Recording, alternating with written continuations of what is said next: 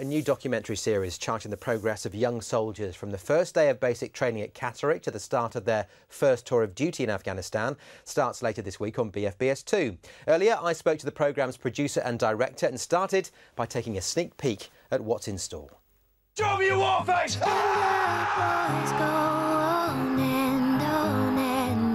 get told what to do, when to do it. Stop being weak! And if you don't abide by the rules, you get beasted. I feel like crying.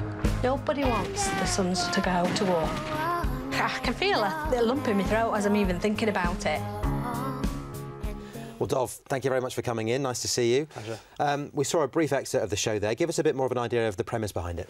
Well, the anniversary is obviously coming up for the war, 10 years, and we thought that Afghanistan is very much an infantry war, so we wanted to follow soldiers from their first day joining the army all the way through to deployment in Afghanistan. Were their backstories similar? I mean, could you identify traits and personality traits that sort of link them all together in terms of why they wanted to join up in the first place? I think yes and no. I think some of them were finding it quite hard in the job market where they were living.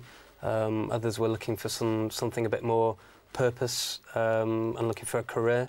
Were they all aware of what they were going to be getting into at the end of it? The war in Afghanistan is particularly all over the news, and the kind of footage 24-hour news. So like joining the infantry, you pretty much know you're going to be going to Afghanistan within sort of 2 to 3 years. So I think they were all very much aware of that, and so were the families. And I think perhaps previously, 20 or 30 years ago, that wasn't quite the case. I think if you join the army, you'd travel the world, maybe do a tour in Belfast, something like that. But I think the guys joining the infantry today very much know where they're going to be going. Presumably some of the guys might have had family or from a military family or brothers out there, or...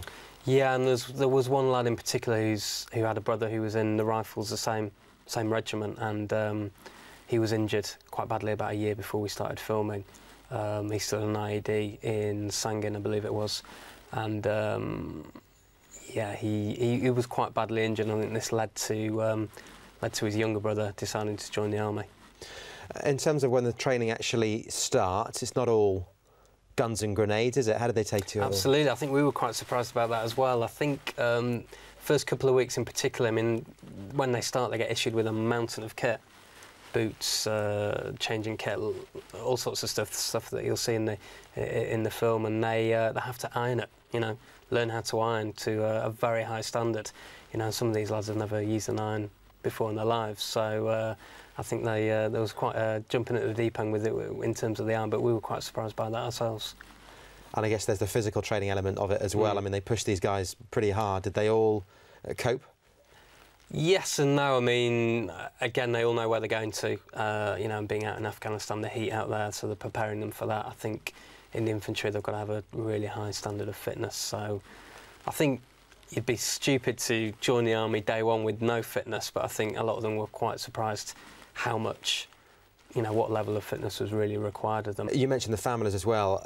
You follow the families too. It's not just about the guys being trained up. That's right, and we were quite keen to do that from day one. I think the families are as much characters in this series as the soldiers themselves, and I think in some ways things are harder for the families in terms of, you know, the lads are always really busy in training, on exercises, so they really think about sort of impending dates to go to war, whereas the families have long periods of time without their sons, husbands, brothers, and so that kind of waiting, that kind of fear was potentially quite hard for the families. So that's something we touch on in the series. Without giving too much away, it does ebb and flow, doesn't it, in terms of the personal stories and the guys that are involved and how the training goes for some. It goes better for some than it does for others. We won't give too much away. I've had a sneaky look at the first episode. It's very, very watchable. Thank you very much for coming in and telling us more about it. Thanks.